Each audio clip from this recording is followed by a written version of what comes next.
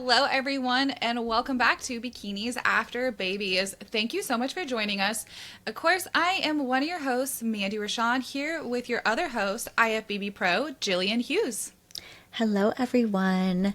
Thank you for tuning in to another episode. We're about to go into spooky season. Halloween is next week. So if you're watching us on YouTube or on Spotify, we got some themed decor kind of happening. I got my little skeleton up there and I got my little spider. Halloween. I love Halloween though. This time of year is great. Although it hasn't been like typical fall weather, it's still like the leaves are starting to turn and I still have little ones, so we still have all the decorations up and Halloween costumes, and we're going to a trunk or treat Friday, and then we have another one at the cheer gym on Sunday, and then trick or treating next Thursday. Aww. So like we're like in the swing of it. So like this is That's minimal fun. decor compared to like the rest of my house. Like it looks like Halloween threw up here, but That's good. super cute, though. I love it. I told my Chloe the other day, I was like, you keep the magic alive, because she's 8 and like she's still in elementary school and just like believes in Santa and like loves all this stuff. So I still do all this stuff for her. I think the big ones are kind of like, oh, okay, who cares? Like just give me the candy. But yeah, I love a theme. So I was happy to dress up for today's spooky episode. Yeah. I know. I got my little spooky season sweater. Yeah, So and your little spider on your yeah. My little spider, which my spider came from a flower bouquet that was given to me by one of my clients, Natalie. And so thank you so much, Natalie. That was super pretty and sweet. I really just thankful for it. So I took the little spider out of it, and so I wish like I had little ones, so like I could do like the cute little trunk or treat. Carson, he's so funny because Halloween and like Easter and stuff, he's a teenager. He won't do it, but he will do the magic for me for Christmas. That's like my Christmas gift he gives me, is like he will just do anything. If I want to do like matching pajamas, like cookies, gingerbread house, anything. Like he'll wake up early, Santa, like he'll give me that for Christmas. So I'm like, yay. So you get your holiday season. Okay, let me ask you this, because I told Brian this other day. I was like, think about it like this. In about 4 weeks, we're going to have a Christmas tree up, because I like to put mine up early. So when do you put your Christmas tree up? The day after Thanksgiving, every time. Or see, I like to have it up for Thanksgiving. But then like I keep my dining room, like, because I always host Thanksgiving dinner, and we always have what family we have here in St. Louis, plus a couple strays. So like invite just people who don't have plans. So I keep the dining room like in like the fall theme, and then the rest of the house is like all in the Christmas decor. I just like to have it up for Thanksgiving. I know, because I find it gets like so busy after that, and I just love my Christmas decorations, so I like want them up for a long time. So they're going up pretty soon.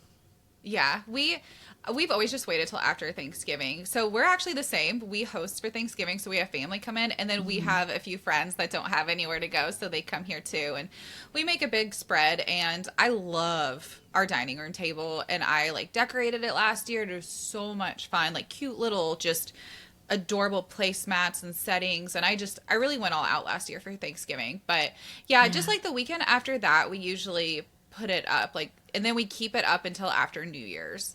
But I do too. I tend to look at it way too long, and then I'm like, I gotta put this away. It's just it's a job, So it is. It is. But I love the holidays.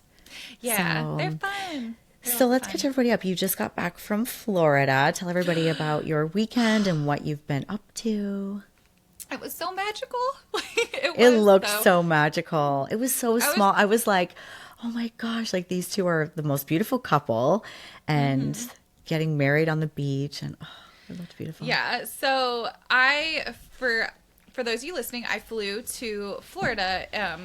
It is I flew to West Palm, but then the wedding that we went to was on Saturday, and so we drove to, it's Fort Pierce and St. Lucie, I'm pretty sure is how you pronounce it. And it's just like a small, like, cute, I guess, fisherman town. So it was really, like, kind of one of the first times I've been to Florida that's not touristy. So like really just walking around like their areas, and we stayed at a really nice place where we could like see the beach, and it was really quiet. It was really like just no kids, no dogs. Everybody was taken care of. There was work was really quiet. So like we really just got to relax. And then my good friend Ariel was marrying her, you know, long-term boyfriend, Justin. And I was just so excited. I knew the wedding was going to be small and just heartfelt, and that's exactly what it was. So we had breakfast together Saturday morning, and then Saturday evening was their wedding, and we just spent Saturday evening with them and all the family, and just watching them like exchange vows and cut the cake, and it was them, and it was beautiful. And then Sunday we flew home in the evening, got Carson from my brothers, and, you know, started Monday with catching up with everything. Started the week with a bang. With a bang. So what about your weekend? Because you were sending me pictures of, you know, you and your artsy craftsy stuff. So okay. So hear me out. Okay.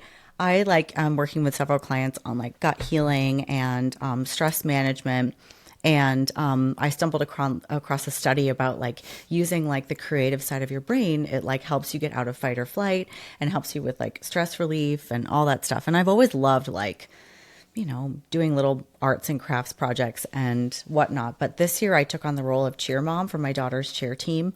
And so there's 15 girls. And so one of the jobs of cheer mom is like putting together their gifts. Like it's a thing in cheer. You give a gift, like all the athletes get a gift before like their like big showcase, which is coming up in a couple weeks. And then another big gift kind of like before their big competition.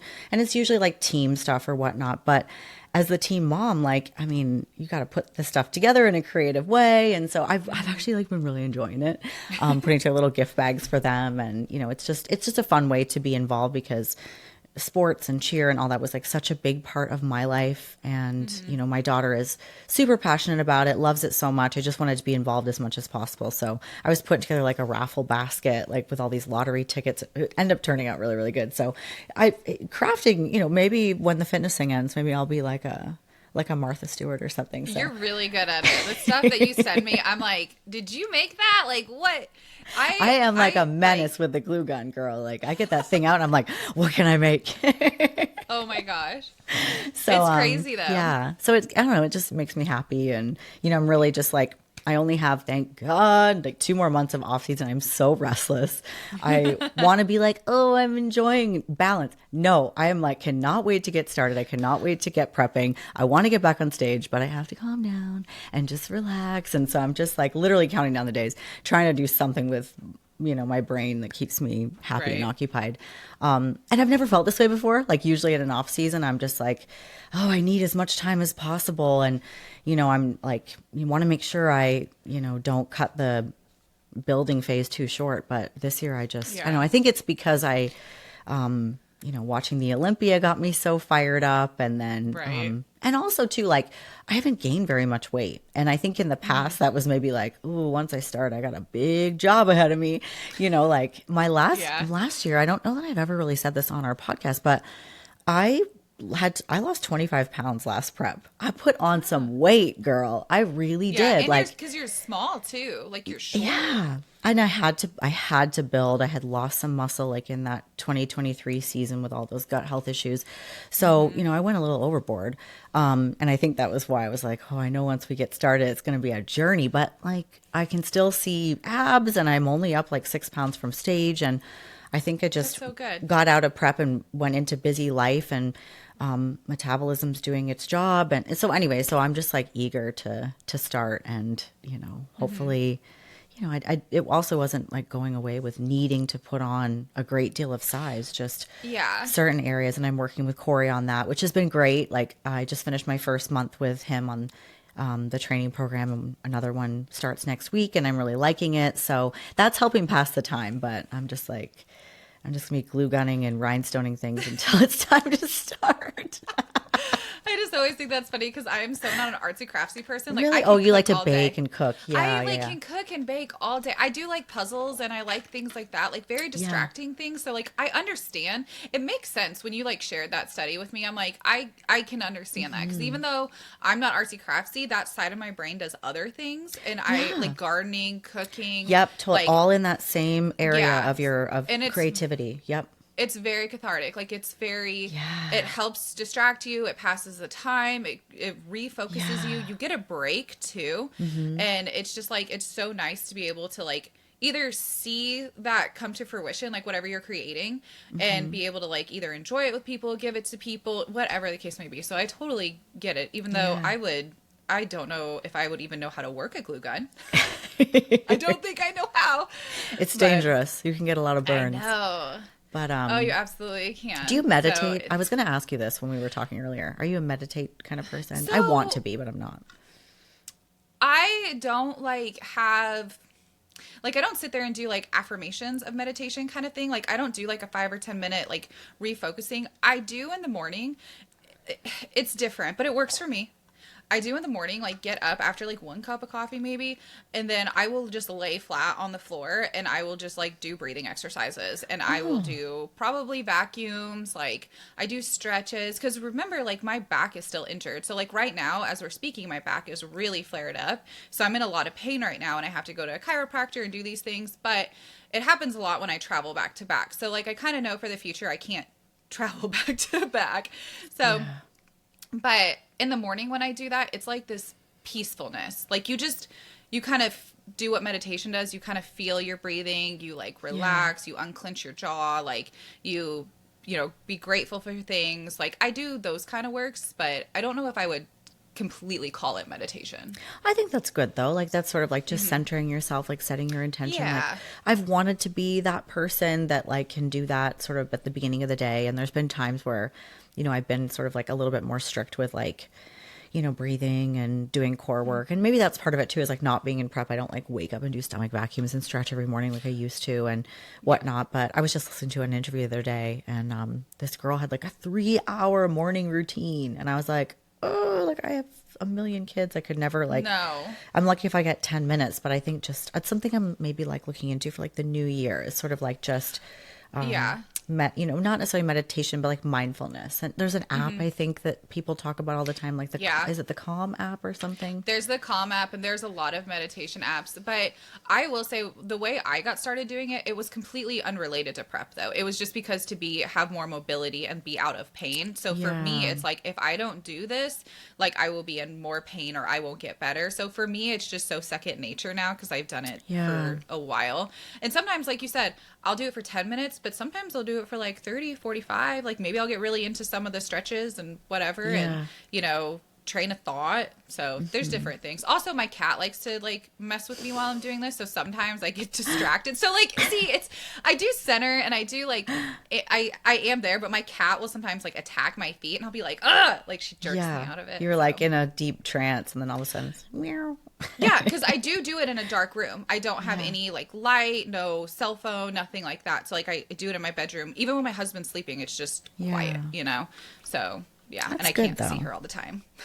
I think that's just something as an athlete that I, you know, need to maybe pour a little bit of into next season. Just that mindfulness and just staying in a good mental state. Because I don't want to like, you know, go into the season like guns blazing and burn myself out with just like being a total spaz. So just kind of taking it one day at a time. So anyways, comment below if you've got any suggestions for breath work or meditation or what it is. I think maybe as moms too, like it can be overwhelming to look at some of these morning routines, like some of these YouTubers that like do these big long daily vlogs and they're journaling. And I'm like, I can't, I don't really, so I could make the time, but I'm also kind of like, I could probably stay in bed for 15 more minutes, you know, rather than get up and start writing in a journal that somebody would probably use for scrap paper and draw with their crayons. You know? Yeah.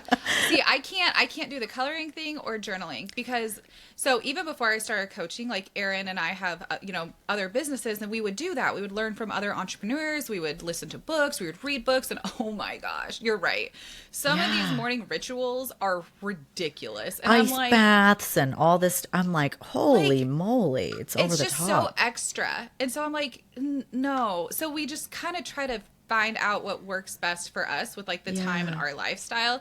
But yeah, I've tried it though. Like I'm never going to knock anything. Like I've tried, you know, I've tried journaling. I've tried the coloring books. Like I've tried all of it. And I'm just like, fun fact about me, I can't stand coloring. I can't. It drives me nuts because the second I go out of the line, I get mad. It does like the opposite for me. I get frustrated. So weird. Don't know why. I'm a puzzle person. You're a puzzle person and a baker, which I wish I was. Yeah, I love baking and cooking. I will say later today I'm going to be prepping our food. So that's another thing coming back on Sunday night, like super late. Oh, you missed your meal prep day. I didn't have time Monday and I didn't have time Tuesday. So I've been making it work by just grabbing like egg whites and spinach, or like, you know, like Aaron will bring home some like chicken or something I can shred up. So I've been keeping up, but now I'm like, I need like hot good food. Yeah. So like, yeah, which I'm doing later this evening for sure. Nice. Well, that was a wild tangent. Did not mean for our intro to be that long. Today we have a really exciting topic. Butt stuff. Butt stuff. No. That is not going to be the title of this, because that can go so many directions. No, building your glutes. A dirty mind. We're going to talk about building glutes, because that is something that a lot of people ask us about. And then if you're like, say, starting your fitness journey a little bit later, and maybe, you know, you're mid 30s, 40s, and just finding your way into the gym, and then sort of looking at these glutes on these top pros, you know, how the heck do you build glutes? So we're going to kind of break down some of the mistakes that we've made, the things that we've learned, our top tips and secrets for building the glutes. So, Mandy, do you want to kick us off, or do you want me to begin? Kick us off, since you were just saying how, you know, if you're getting started later in life, you know, and you're kind of seeing the glutes on Instagram, or if you're going to a gym and it's a very heavily populated gym, you probably see younger girls that have like really, really thick, round glutes. So bubble butts. So one of the biggest things that I know you and I both combat with our clients, because it is a generational thing. It has kind of slowly dying, but it is what I call the jumping classes. Or recently I listened to an interview that called them the bunny classes, which I thought was kind of cute. The bunny classes. The bunny classes. So bunny classes are all the classes that are offered at, shouldn't say all, majority of classes that are offered at a lot of gyms, and they are going to focus on HIIT training. So you might have some weights that you're lifting, but you're jumping around a lot, you're moving a lot, your heart rate is really increased. It's going to be probably over 140 beats per minute. You are fast moving, and you're doing this for probably a good 45 minutes to 60 minutes. Now, the generation, you know, that right now I would say like 30, 40s, probably 50s, we were always told to do these classes because we wanted to lose weight. We wanted to be skinny. We wanted to be toned. And we did those classes, and it will help you lose weight. I'm not going to take away from the endurance side of those classes, but those classes will not help you build glutes at all. You'll lose fat that might show some curvature that you've already built, maybe doing other things. If you played sports when you were younger, if you maybe were in the gym also while you're doing those classes. But those classes are not going to create that glute curvature, the round shape that I will say everybody probably wants nowadays. So it's one of those things where you need to focus on weight training and really taking your time and being on the weightlifting side of the gym, or at home if you have weights, if you have a garage gym, but like being slow movements on that side, not the hoppy bunny classes. True. I know where like people will be like, oh, I like the Stairmaster because it targets my glutes. It's never going to be enough resistance to like build glutes. And then also like with those classes, even like, Orange Theory. The weights only, I don't know if they're gonna get mad at us, but like the weights only go up to like 50 pounds. I whispered, I still said it. We're still gonna get canceled, whatever. But like the weights only go up to like 50 pounds, and they're dumbbells. So I'm thinking, what's a movement you could do? A dumbbell sumo squat with 50 pounds, but you're doing it in an environment where it's fast. It's 30 seconds, or it's, you know, as many reps as possible. You know, it's not that resistance training progressive overload that's going to really target that muscle. And a lot of times those classes are full body, so you're doing upper and lower. Again, great for like general fitness. So I'm definitely not saying like it's not good. It's just if you want to build glutes, that's something that isn't going to get you there necessarily. Now, if you want to use that for fat loss, you know, that's a way. But I typically with my clients, if we've got that goal of we want to lose body fat, but we want to build muscle as well, we've got to get solid weight training and, really building that muscle that builds that metabolism. And then we can sort of, see what we're kind of left with. Do we need to maybe sprinkle in some low intensity steady state cardio? But yeah, the bunny classes and then lots of cardio too. Like you might feel like sore after a class like that. Sure. But being sore doesn't always mean that you had a good workout or that you built muscle too. So, cardio is not the way. And I've had clients that do like the classes, and I'm not going to take it, like you said, I'm not taking away from the classes, but they are endurance, that they are not, they're going to be there for cardiovascular activity. And if you want to do them, that's something like, okay, we'll communicate with your coach. They can schedule that in, but that's like alongside of weightlifting and building. It's not going to be in replace of. So always something. But so why don't you touched on progressive overload? I know that was the topic you wanted to talk about. So why don't you explain to people exactly like what that is and like how it can help? Yeah. So progressive overload is a simple concept. Essentially, you are increasing the amount of weight that you lift with each successive set in an exercise. So, if you're doing hip thrusts and your first, warm-up set is, say it's 12 reps and you're doing 100 pounds, the next set, you want to increase that. And there's everybody's kind of got a different amount that you want to increase. What I kind of like to do with my clients is I have them track it. We use a training app for our clients and try to see just by increasing in small increments, like how heavy they can get with good, proper form, because it's useless if you are doing a hip thrust and you're just like, throwing the weight up there, trying to do 400 pounds because you saw it on Instagram, or like, nobody is going to ask you what you lifted when you compete. They're just going to see your glutes. And you would be surprised, some of these athletes look really, really strong, but,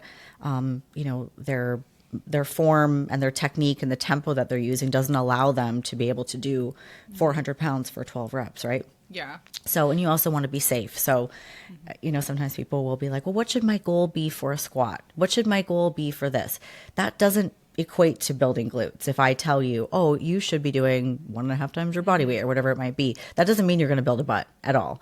You have to be very intentional with your training. But what I'm saying is essentially you need to lift enough weight. So kind of going back to the bunny classes where you're going to be using lighter weights, you're going to be using body weight. It's not going to be enough to create a stimulus to build muscle. Again, if we're doing those classes all the time, or we do, 3 or 4 bunny classes a week for 4 weeks, well, guess what? Now we're good at doing bunny classes. So how do you make it harder? You've got to add more weight. So that's the same with resistance training. So that's kind of what I mean by progressive overload. Like, it doesn't do you any good to do the same exercise with the same weight you always do, 4 sets of 10 to 12 and then boom, done. It's not going to create enough stimulus. You're stronger than that too. Like, I always tell people, like, don't be afraid. Like, just go up by 5 pounds, 10 pounds, 15 pounds. Just see what you can do. I bet you can do it. And I've even noticed for myself where, I looked over at the rack and been like, oh, the 20s are gone. I guess I'm just going to have to grab like the 25s. I wonder if I can do it. And then I do it and I'm like, oh my God, I was going to choose the lighter weight, right? So just challenge yourself to see how strong you are. But again, being safe is which we'll talk about. We talk about intensity and form, but. Well, yeah. And that happened to me the other day. I think it was yesterday, but I was doing shoulder presses and I was going to do 25s, and I was like, I use the app just like our clients use the app, and I was going to do 25s and they were taken, and I was like, I bet I could do 30, and I could do 30. But kind of going back to your hip thrust example, like, I do progressive overloads. I've done them for quite a while, especially with hip thrust, because it really, I use it as like, yes, a warm up, yes, to get my feet placing, but also to kind of like go really, really slow, get your tempo, get kind of going. And then you slowly add weight. And it helps too sometimes, because there's times where you start, again, you question like, oh, can I lift that? Can I reach that? But you can do small increments, like the 25, like using hip thrust, for example, you can add 25s, you can add 10s, you can add 25s, and like, do you not want to do, I've done that before too, where I add 25s and I'm like, oh, okay, that's not bad. I'm like, Mandy, that's more than a plate. Like, do some math. Yeah. You just don't think about it at the time, but when you track it and you kind of pay attention to that, then you can go back and see like, okay, I did this before and I'm feeling really good. Like, I'm going to do like 10 pounds more. But that is going to constantly create a stimulus. Like you explained, you don't want to become used to these routines. You don't want your body to be adapted to these things. You can't do, again, we'll reference the bunny classes. You can't do the same thing over and over and over and over and like expect a different result. It's going to give you the same result over time. So like increasing a stimulus is going to stop adaptation so you can continue to grow. So. Exactly. And there's a lot of ways to create more stimulus too. Like I'm a really small person and I train by myself. I don't have a spotter. And so like I'll get to a certain point on certain exercises where I'm like, okay, I want to add some more resistance, but you know, I want to be safe. You know, maybe I'm in a prep and I'm in a caloric deficit. So my energy's a little bit low. On a hip thrust, let's say I've, you know, gotten up to like say 240 is I think like, you know, what I would do on a top set. And I might have a little bit more gas in the tank. I can put like some bands on and do, add some tension around my thighs.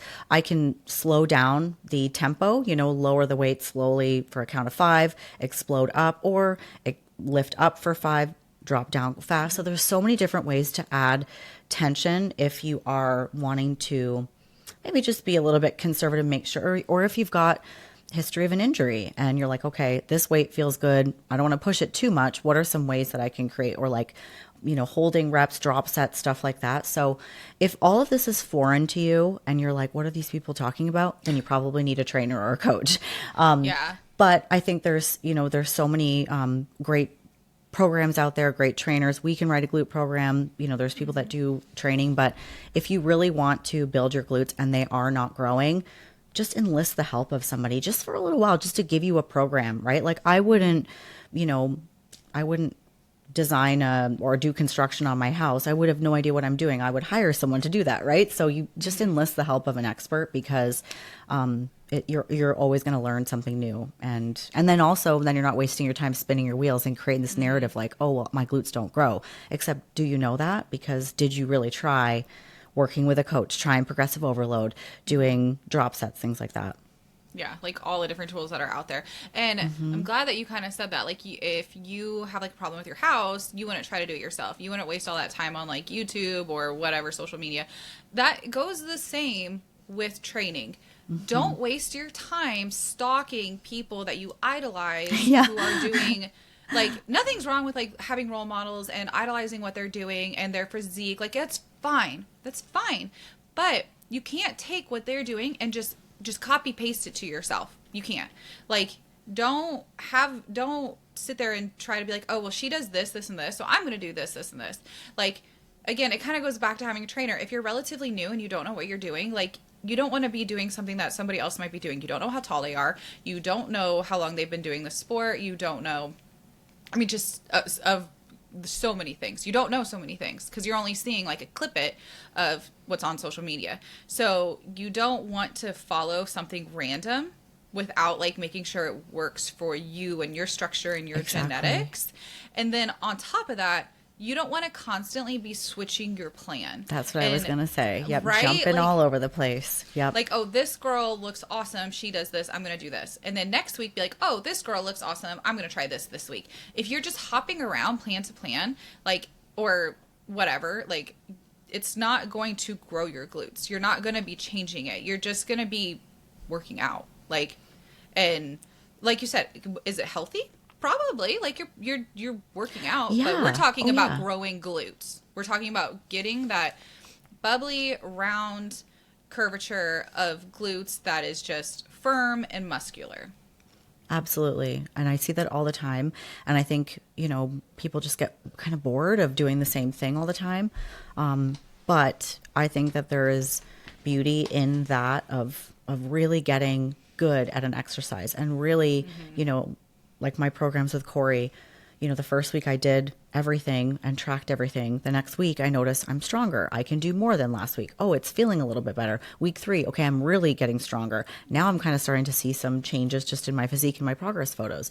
So that only comes through getting better at each exercise, really building up that strength and like maxing out on a lot of those things or near maxing out before you switch things up. You don't want to just be like kind of like flitting around the gym doing different things every day. Like it's just not going to, and you might feel it and you might get sore, but that doesn't always mean that, you're getting those results. So, yeah. And if you've already stepped on stage and you have the ability to have judges' feedback already, and they're very descriptive in their feedback, which you can ask too. Like, if you get judges' feedback and it's kind of vague, like, don't be scared to be like, hey, like, you did mention this about my glutes need to be fuller.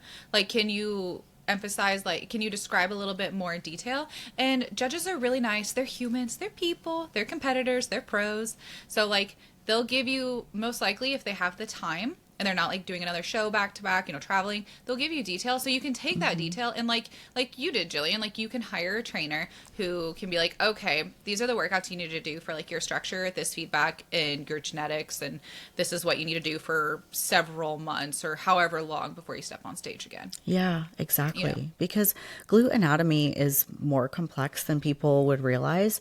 And so, if they say build your glutes, well, like which part, right? Like there's, there's the glute max, there's the glute med, there's the glute minimus. And so me specifically, like my feedback was to add density, and then I need to build my like upper glute a little bit because of my front shot.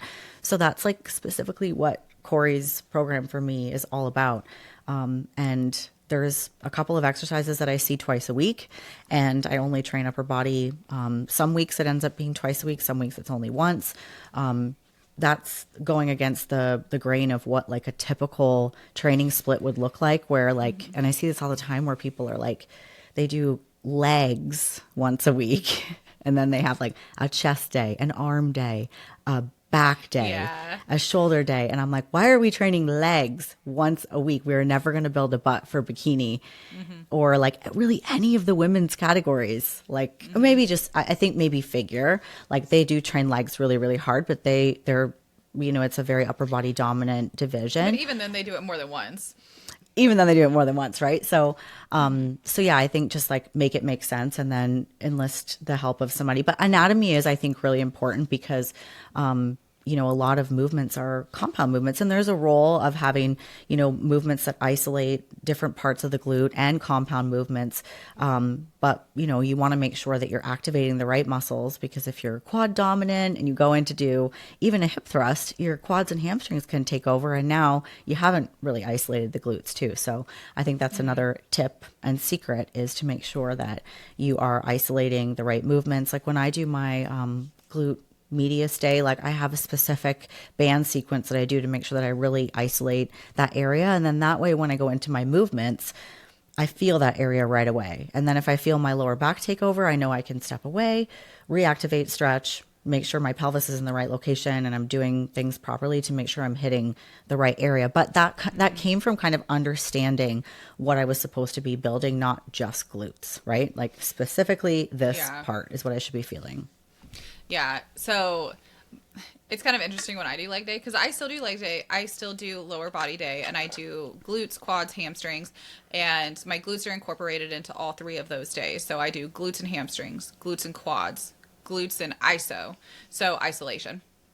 But for me, it's a little different, because anytime that my back is engaged, I'll get a little sore while I'm working out. And when I do that, I'm like, and again, that's because of my disc. So like for me, it's kind of like having a back injury that's also like a hack, because like as soon as I know like I'm not doing something right, or my feet aren't right, or I'm not like moving correctly for the workout that I'm doing, my back will kind of feel different. I don't want to say hurt necessarily, but it will feel a certain way, and I'll be like, no, this isn't working, or no, I have to do this way, or I have to like switch this. So I will say there is a leg press workout that I'm doing right now that is really focused on really getting underneath my glute, really where the tie-in areas reach. So like your hamstrings reach up to touch your tie-ins to go into your glutes. I will say there is a workout for me that I've been doing probably religiously, because it it is leg press, but it's just where my feet are very close and to the top. And for how tall I am, again, I'm 5'7". This workout on this specific leg press, it's not just a regular leg press machine. It's a different type of leg press machine my gym has. This workout for me hurt. Like it's the best hurt that I possibly feel. Yeah. And I bring this up because this is fantastic for me. I can train this area. It's so pinpoint muscle mind connection. One of my good friends that also works out in my gym, she's shorter. I think she's maybe like 5'1". Like she's just a shorter girl. Like my height, yeah. Sure. She can't touch that machine. Like I'm thinking I would hate it. Oh, you would. She got on it one time when we were just messing around. This was a while ago, and she's like, "This does absolutely nothing for me." So again, you got to find the workouts that work for your body structure. So workouts, again, that you may see online or may look good or may look like they're working for somebody, they're not always going to work for you. And I really want to emphasize that because people have longer legs, people have longer abdominal areas. So you could, going back to like you saying you're dominant in your quads. Well, this also goes back to like the length of different body parts because some machines and some feet placing things, the way that you're kind of like positioned in your form is going to look different than like other girls to get into the areas that you need to get into, rather it be a wider stance or a different machine. You really want to take your time and be patient and like figure out if that's going to work for you or not.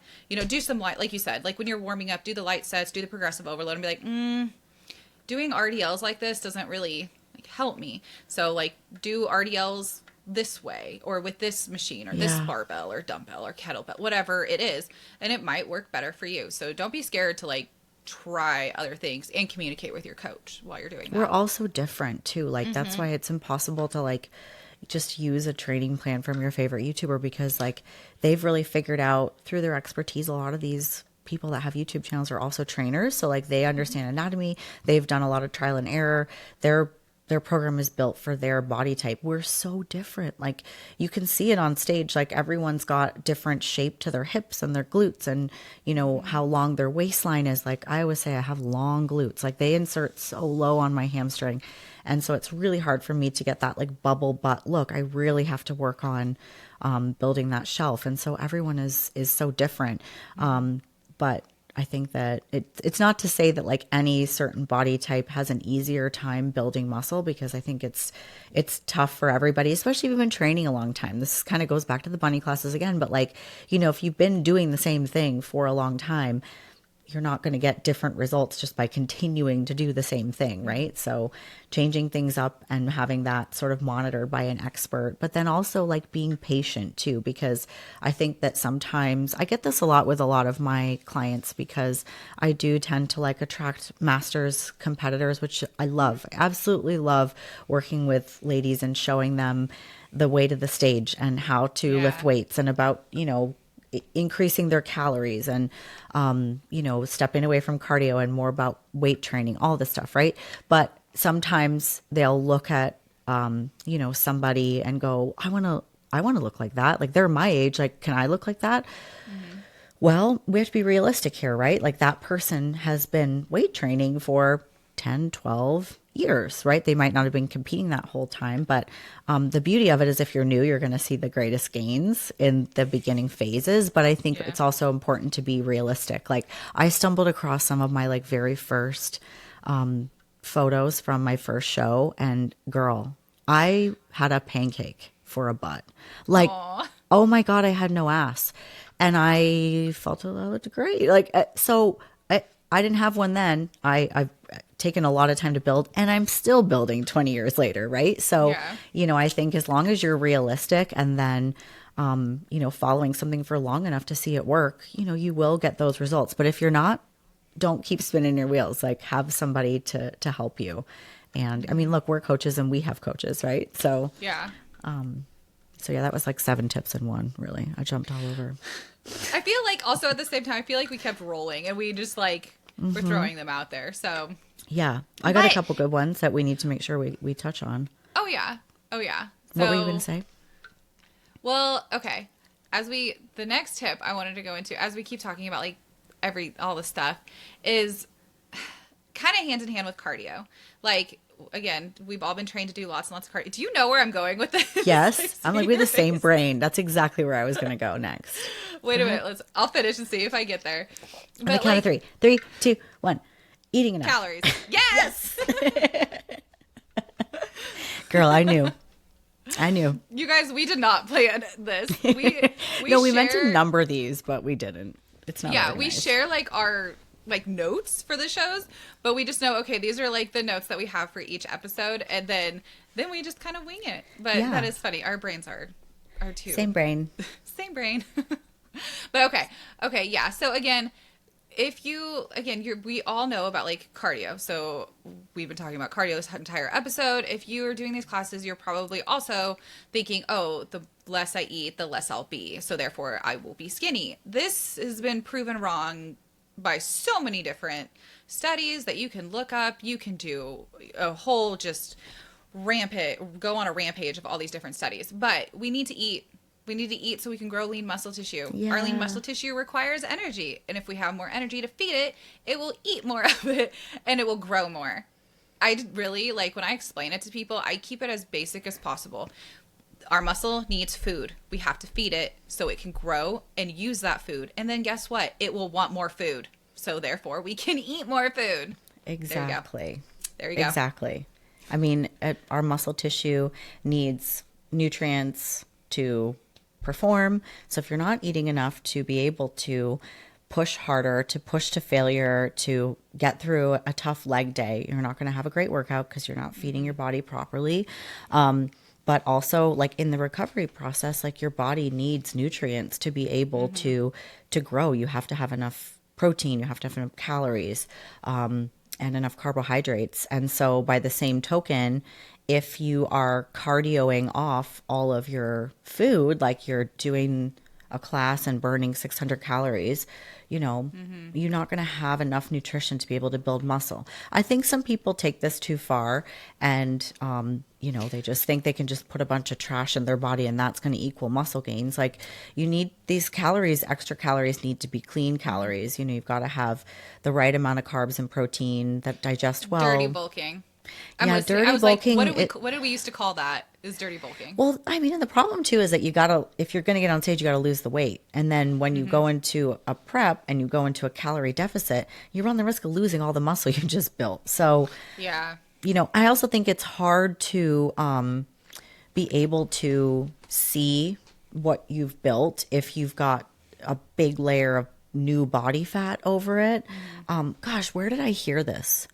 I was listening to a podcast the other day, and they made a really good point about judge feedback, and like, they can't always see what it is specifically you need to work on if you aren't conditioned enough. So by the same token, if you're putting on a lot of body fat, and some is naturally you're going to naturally build, just as you're building muscle, you're going to get a little bit of body fat with it too. But it's hard to kind of analyze what you're building if you're putting on too much body fat. So I usually, like, as a rule of thumb, like, I kind of just start with like a moderate surplus, timing a lot of those extra carbs and protein around the training. And then for, like, if somebody is like really reluctant or hesitant because they've been really trying to control their weight for so long, but they do want these results and they're really nervous to, like, just all of a sudden eat more food, then I just kind of carb cycle them, and I'll do like more food on those training days. Like, let's say I'm going to give them 60 extra grams of carbs on top of what they are already eating. Like, maybe I'm going to say, like, for 140-pound woman, 5'5", she, is eating 140 grams of carbs a day. I'm going to put her up to 200 on her training days and space those around her workout. And then, normally they're like, oh, you're right. Like, I didn't gain a bunch of weight by eating more. And I'm like, okay, so can we go up more? That I can add days. But that's kind of a strategy that I will use. And then, of course, like, making sure that, they're ingesting like a quick digesting protein post-workout, and then BCAAs, glutamine, creatine. I cannot stress enough. It's so important for so many reasons, but that's a supplement that's got to be in there too. So these things are important. Like, you can't just, like, let's say you do invest in a trainer and you start really getting after it in the gym, and you're really starting to, like, work on progressive overload and you're specifically building your glutes, but then you drink wine every day and you don't eat enough protein, you skip meals, you're not really going to get anywhere. You got to, the nutrition is so, so, so important. You've got to put quality fuel in your vehicle. Mm-hmm. Yeah. I will use myself as like a perfect example of this because during my competition season this year, so I had a good time. I had a good amount of time off, my good improvement season, and I could already see, we both could see it. I know you could see it too. My physique was like coming in really good. Like the way I was prepping, my check-in photos, everything was going so smooth.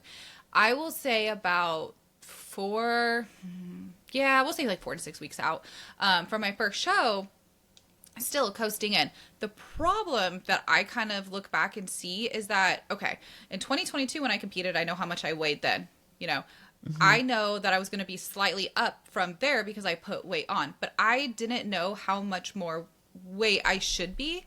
And as we got closer to my show, I look back and I'm like, okay, I needed to be more conditioned, but I didn't know that because I wasn't sure how much more conditioning I need, because that was my feedback. That's why I don't have as much feedback about my glutes, or it really was like you needed more conditioning, and it wasn't like a building thing. And that's kind of why we decided to do the June show. But the problem with doing the June show was when my back started flaring up, we started having like issues, and then I had like little issues here and there. Like I had a few gut issues that was easily managed, but like just hiccups, you know? Yeah. And so we never got to the conditioning level that I needed to be at to really, really see like what it is I needed to work on, or could I have won, or, you know, all of those things. You look back and you kind of learn those things. Right. But I don't, you know, without being where you need to be, you don't have the judges' feedback to go into a proper off season to be able to grow. Now, I kind of know what I need to work on.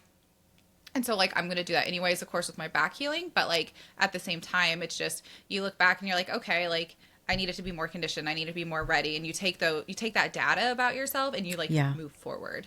Yeah.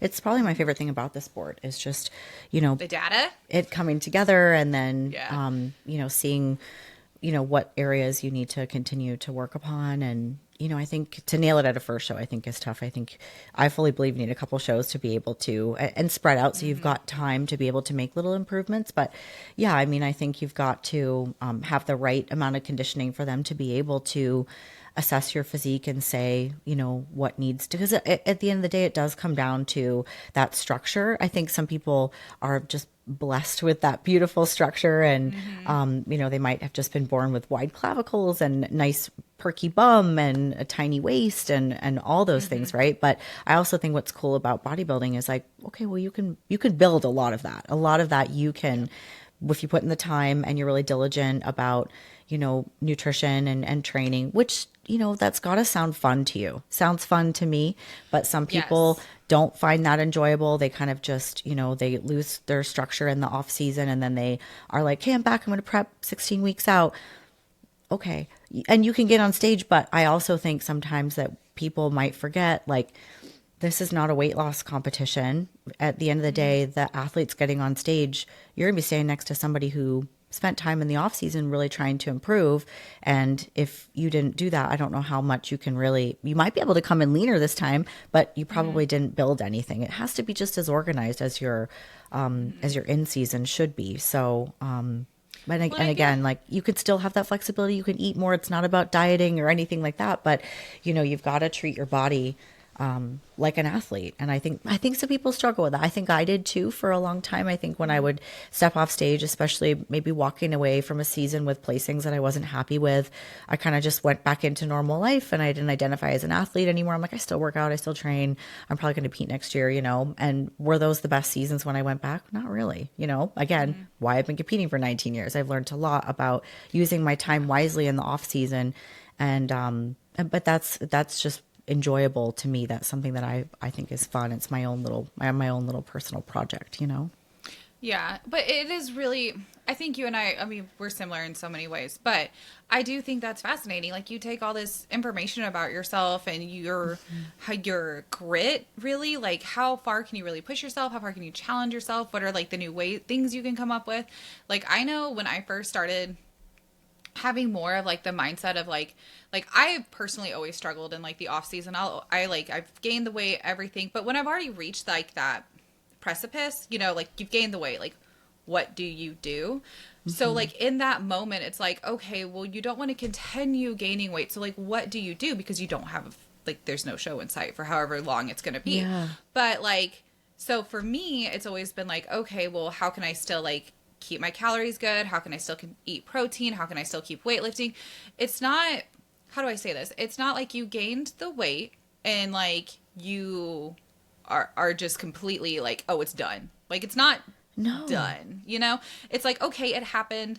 It sucks. It is what it is. And then like, but what can you do the next day to still make it better for the day that you're on stage? Yeah. Well, you know? So it's like, and again, you work with your coach on that and you do it. And that's what makes an athlete mindset is like, you suck it up, you just do it. Like, and give yourself the time. Like, don't beat yourself up. Oh, and yes. I've had those off seasons too, where I lost my way and I'm like, oh my gosh, I'm really off track. But I'm also, I think, intelligent enough to realize like, okay, I'm going to have to push back prep now because I need a little more time with these good habits. And then really that makes prep easier because then I'm already in a good place as far as I'm prepping food. I'm structured with my supplements, my training's on track. You know, not just talking about body fat, but just being in a good way. But I think being realistic, because I've definitely worked with clients that maybe lost their way for one reason or another. All things that we've all experienced post show that are unavoidable, that we can't help. The emotional things that kind of happen, you can be totally prepared, and then you know you find yourself dealing with, you know, a snacking habit that you can't get rid of, and you're dealing with some just mental health stuff that happens. It's some of it's prep, some of it's life, what have you, right? You can't beat yourself up. You just have to sort of look at it and go, okay, what needs to be done? Like, let me remove my ego. I was going to plan on competing in April. It's not going to happen. Maybe it's going to be more like September. I'm not going to beat myself up for it, but this is, what has to be done, So there's always, there's always going to be shows. They're always going to be there. And just knowing like, okay, I mean, it's just really everything you said. Like, give yourself time, give yourself the grace. See that, like, okay, like more time I give myself, the better I can establish those habits. And then when you are like, whenever those habits are established, and you go into more of a deficit, it becomes so much easier. It's like, oh, I'm supposed to take out these 20 grams of carbs, boop, they're gone. Like, it just, it becomes so repetitious, and it's less torturous for yourself, And then I also think too, like, I've gone into shows knowing that I half-assed my off season, and it's a horrible feeling. The entire prep, you're just like, oh, please, Lord. Like, you're just literally on a wing and a prayer, like hoping that you've improved a smidgen, even though in the back of your mind, you're pretty sure you didn't. And that's not a great place to be. Wouldn't it be better to go into a prep, and shows are expensive. So the money and expensive in your expenditure of money and of time. So wouldn't it be great to go into a prep going, I had a good time in my off season building. I was structured and I put in the work, and now I'm ready to see, versus just kind of like, that didn't go very well. Let's just throw it on stage and see what happens. Right. It's not, it isn't how we should be approaching this sport when we want to continue to improve and rise up and be better than our last showing. It's different if it's a first show, it's a bucket list or whatnot. But this sport has gotten to be a very competitive, and I think it's possible for anybody, but we've just got to put the work in, Yeah.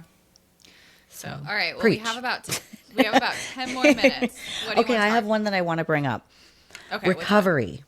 Recovery is so important. And I did not always take this advice, but you cannot just push your body into the ground 6-7 days a week without taking enough rest. The muscles they are not going to repair. When we're working out, most people listening know this, but we're tearing down muscle fiber. And so if we don't have appropriate recovery time, our muscle fibers are not going to, bind together to heal, to build that beautiful muscle. We have to have the appropriate recovery time. That's tough for people. When some people go from like working out 7 days a week because it's just what they do and they don't know really how to stop, I have to like give them like active rest days. like, okay, you can go to the gym, but I want you near those weights. I don't want you on that treadmill. You're stretching, you're doing core work, you're in the sauna. You can go, but this is not a lifting day. We've got to give our body time. And then they always feel stronger when they do lift again because they did have that recovery time. So it's tough for some people to rest, but you've got to. Yeah, that I do the active rest days for my clients too. Like if they are kind of just like, oh, I can work out 6-7 days. I'm like, no, we're going to work out like maybe 5. It just depends. We're going to work out 5. And then on the 6th day, like I want you to get 10K steps or do yoga, do Pilates, do a fun activity. I have really learned when you engage in activities outside of the gym that are physically active, it doesn't have to be like really hard, but just moving your body, it's fun. Like it becomes fun. Like rather it's like chicken ball. Oh my God. Chicken and pickle. No, that's the place. Pickleball. Oh my God. Chicken ball. Chicken ball. Okay. It's because we have, I knew exactly what you meant though, but chicken and pickle. It's because we have chicken and pickle and I'm thinking of pickleball. Oh my God, chicken ball. That's so great. Chicken ball. You were making a really good point too, and then now my kids are laughing. Chicken ball, that's cute. Yeah, so just doing something active. Yeah. It's more fun and you get all this movement in and you still, your body's, your mind is relaxed because it's not like I'm like tearing myself up, but like it's just active and it's fun. So I know, it's good. Yeah. Like I like to go to hot yoga or I like hiking. Just something that's. I love those things. Yeah. We don't really do that, but. Okay, well, in all fairness, taking in nature. It's e-bikes. So the e-bikes, it's like a light, very relaxing workout, but I can go like 20, 30 miles. What's an e-bike? Like a Tesla? Like a Tesla bike? No, you know what? I can't laugh at you for this because I didn't know what it was either until Aaron brought them home. So, okay. If you guys ever see they have like a motor on them? It's not. I'm dying to know. It's not a motor. It's like a pedal assist. So it just like it like helps you like pedal. So I'll give you an example. My husband, who does no cardio, doesn't do cardio, anything like that. He brought home these bikes, 2 of them, and was like, "I'm gonna go on a bike ride with our son." Okay. He comes home. He's like, "Oh, we did 15 miles." I'm like, "Fucking how?